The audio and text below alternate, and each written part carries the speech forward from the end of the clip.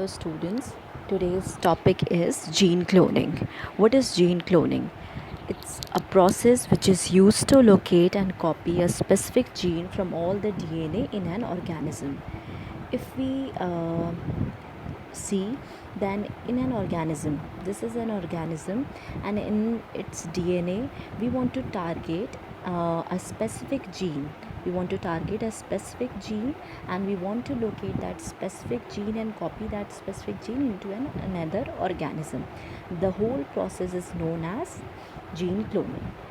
Now if we talk about the principle behind the gene cloning, it's uh, it's a fragment of DNA which we take in this method, and and in the fragment of DNA, a gene which we want to be cloned, which is inserted into a suitable vector. So we take a fragment of DNA which is containing the gene which is to be cloned and inserted into a suitable vector, and when we insert it into a suitable vector, we produce a recombinant DNA molecule, and that vector, which acts as a vehicle, transports the gene into a host cell, usually a bacterium. Usually we take a bacterium. Okay, so although other types of living cell can also be used, within the host cell the vector multiplies, producing numerous identical copies not only of itself but also of the gene that it carries. Now when the host cell divides, copies of a recombinant DNA molecule are passed to the progeny, and further vector replication take place. After a large number of cell divisions, a colony or clone of identical host cell is produced. Each cell in a clone contains one or more copies of a recombinant DNA molecule. The gene carried by the recombinant molecule is now said to be cloned. In a whole, the principle behind is we take a DNA and gene to be cloned and transferred to a suitable vector, and vector transport the gene into a host cell and into a bacterium usually, and there it multiplies and make identical copies, numerous identical copies, and that particular copies we take as a in a suitable vector, and that particular vector is known as recombinant DNA molecule. So that's a principle. Now there are two techniques involved in a gene cloning.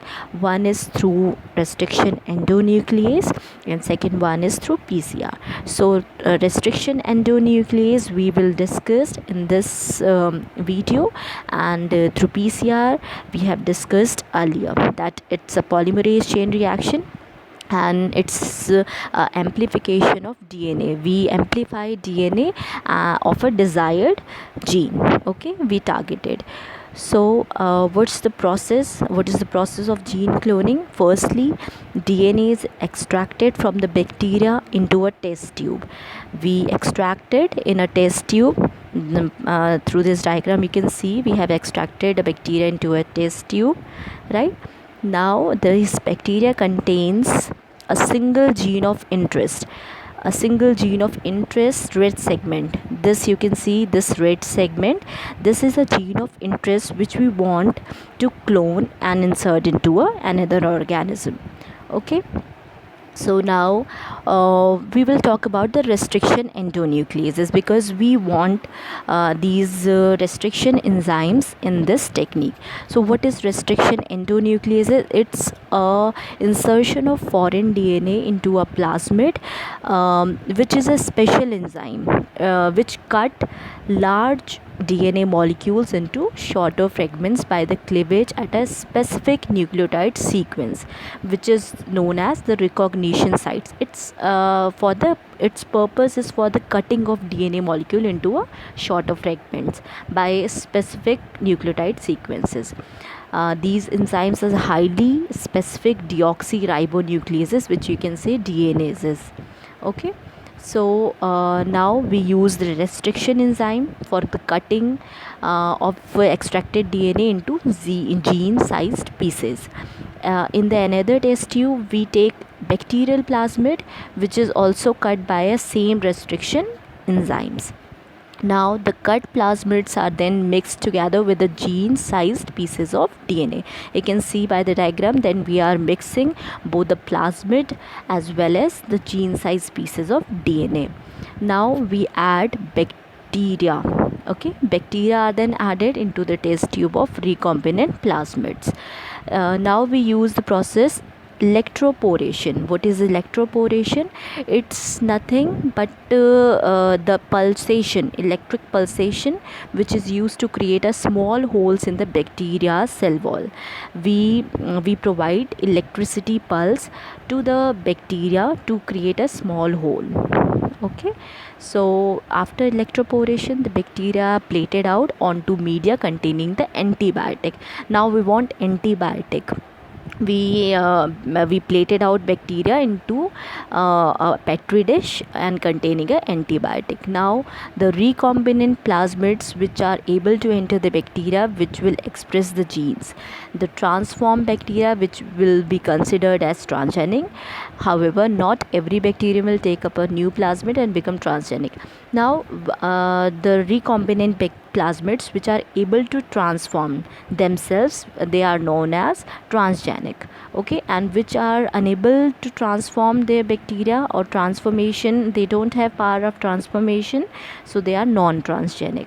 Plasmid naturally contain an antibiotic resistant genes, therefore transformed bacteria will have antibiotic resistance. Bacteria that have not been transformed will not have antibiotic resistance and die. The bacteria which didn't have transformation power, they will not receive resistance power of antibiotic and they will die. And the bacteria which have the transformation capability, they will grow and multiply into colonies and will be visible to the naked eye. Now organisms have thousands of genes, as we know well. It may require hundreds of petri plates of bacteria to clone all of these genes, and all this collection of genes is known as gene library. The genetic engineer must then find which bacteria colony have been transformed with the gene of interest. Now, the transformed bacteria which are able to transform and multiply and form a colonies, the genetic engineer transform that particular colony into a gene of interest. Now that colony is then transferred to a separate petri plate. Now we take a separate petri plate, and that particular colony which is able to transform, we will transfer that colony into a separate petri plate. They will allow to multiply and divide into a large colony, which will form 100 of copies of a gene of interest. Now we get 100 of copies of which gene, which we want to clone and which we want to multiply. So that is all the process of gene cloning, and this is the overall view of this process. That firstly we have taken the E. coli bacterium. This is a plasmid, as you can see. That's a bacterial chromosome. It's a plasmid, it's a bacterial chromosome. We isolate the plasmid. Okay, now from this we can isolate the DNA is isolated, and from here we can isolate the plasmid. Now cut plasmid with enzyme. As we know, we are cutting the plasmid with the restriction enzymes. Now we take a gene of interest, cut cells DNA with same enzyme. We are cutting the DNA with the same enzyme, gene of interest. We are always taking the gene which is of interest. Now combine the targeted fragment and plasmid DNA. We are combining the targeted fragment and plasmid DNA. As you can see, this part, the red part, we are combining with the plasmid. Now add DNA ligase, which closes the circle with recombinant bond. What DNA ligase? As you can see, DNA ligase is another enzyme, as we have talked about restriction enzymes. So DNA ligase is an enzyme which ligate mean which mix the two two separated fragments. So it closes the circle with the covalent bond. By making a covalent bond, it ligates, it closes the circle. Now the circle, the gene we get is a recombinant DNA plasmid, because we have mixed a plasmid and a DNA. So the both mixture we get, we that is known as the recombinant DNA plasmid. Now that particular plasmid is put it into a bacterium by transformation process, and now that particular recombinant is known as recombinant bacterium, because we have transformed into a bacterium, and that bacterium is able to reproduce and multiply and make a clone of that particular cell by the process of transformation. So this is the whole process of gene cloning. And what are the principle behind, what are the applications of this method, because every method has its application. If we do a particular gene cloning and isolate it, and its nucleotide sequence determined by a particular gene which have to be isolated, and its nucleotide sequence determination mean particular gene को हम isolate कर सकते हैं और उनके nucleotide sequence को determine कर सकते हैं. ये इसकी पहली एप्लीकेशन है. It's our first application. Second application is we can control sequences of DNA which can be identified and analyzed. Third, protein, enzyme, RNA function can be investigated. We can investigate the various like protein, enzyme, RNA function.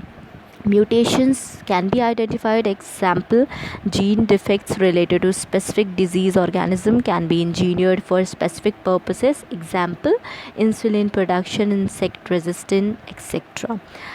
So these are the application of gene cloning. So this is all for the gene cloning process. Thank you.